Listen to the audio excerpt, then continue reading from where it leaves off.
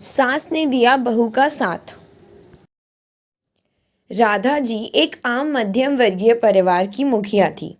वे अपने बेटे शुभम और बहू मनीषा के साथ रहती थी।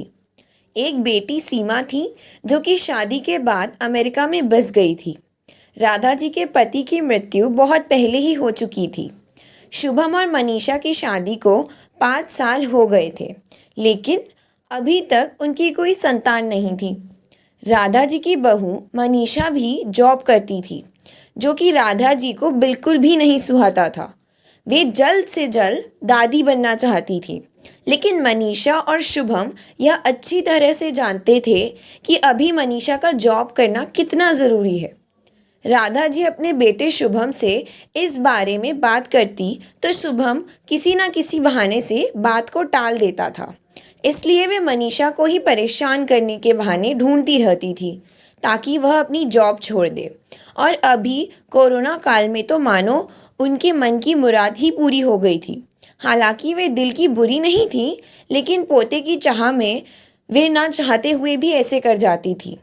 अपनी हम उम्र सहेलियों को दादी बनते देखकर उनका मन दुखी हो जाता था। उस दिन भी घर में ऐसा ही कुछ हुआ। ऑफिस में काम की वजह से मनीषा देर तक सोती रही और राधा जी को अच्छा खासा मौका मिल गया। ये क्या बहू, अभी तक सो रही हो? पता है सुबह के 10 बज गए हैं। शुभम भी बेचारा कब से उठकर ऑफिस के काम पर लग गया है और तुम हो कि अभी तक सोई पड़ी हो। चलो अब उठकर सबके लिए चाय नाश्ता बना लो। मुझसे कुछ नहीं हो पाता है, वरना मैं तुम्हारे भरोसे कभी ना रहती, खुद ही सब कर लेती। सॉरी माँ जी, वह देर रात तक काम चलता रहा, इसलिए सुबह सुबह ही सो पाई थी, इसलिए समय का पता ही नहीं चला। आप चलिए, मैं अभी जल्दी से आती हूँ। हाँ हाँ ठीक है, मेरा कुछ नहीं, पर शुभम को देख लो, उसे कुछ चाहिए तो नहीं? कब से उठा है बेचारा। हे भगवान, मुझे जल्दी से ठीक कर दे ताकि मैं ही अपने बेटे का ध्यान रख सकूं, राधा जी ने नाटकीय अंदाज में कहा। राधा जी ने अपनी बहू मनीषा को उठाते हुए कहा। मनीषा ने घड़ी देखी तो वाकई 10 बज गए थे। आज उसकी आंख कैसे नहीं खुली। वह जल्दी जल्दी अपने काम निपटाकर हॉल में आई तो शुभम अपने लैपटॉप के साथ ऑफिस के काम कर रहा था। उसने किचन में जाकर चाय नाश्ता बनाया और फिर रात के बर्तन साफ किए और झाड़ू पोछा करके नहाने चली गई। दरअसल कोरोना वायरस की बढ़ती बीमारी की वजह से शहर में पूरी तरह लॉकडाउन किया गया था, इसलिए काम वाली बाई को नहीं आ रही थी। मनीषा खुद एक इंटरनेशनल कंपनी में काम करती थी। उसका ऑफिस टाइम निश्चय नहीं होता था।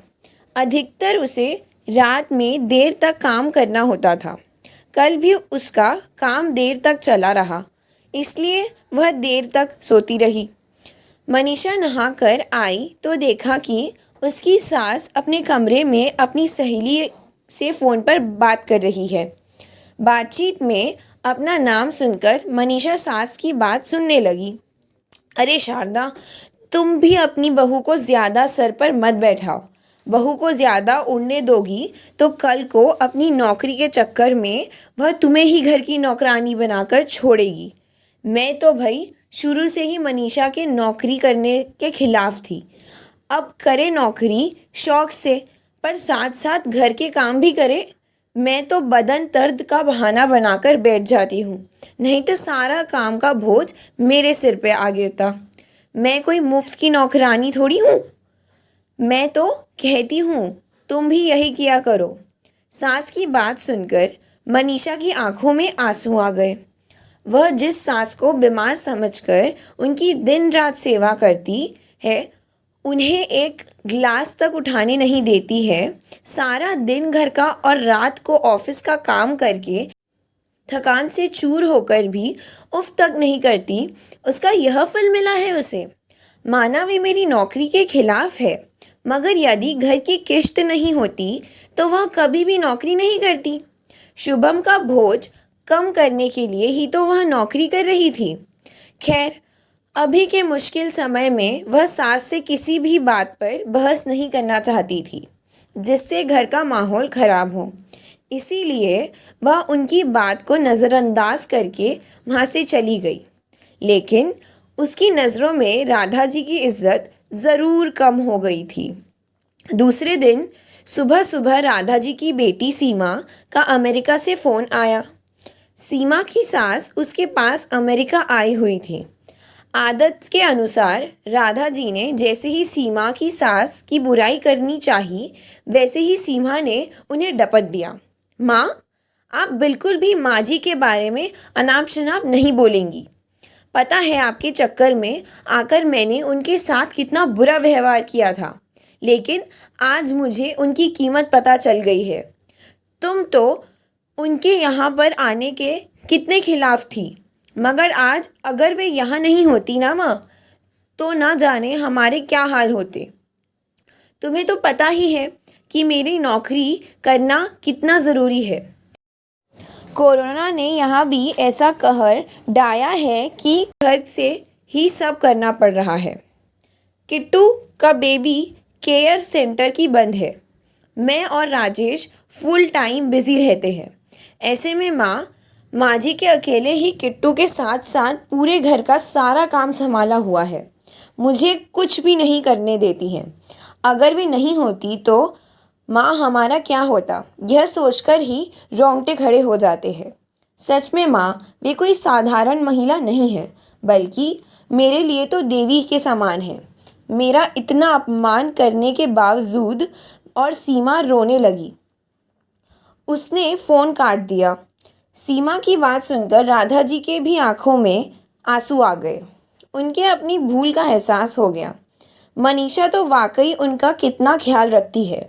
उनकी कड़वी से कड़वी बातों का बुरा भी नहीं मानती, उल्टे जवाब भी नहीं देती।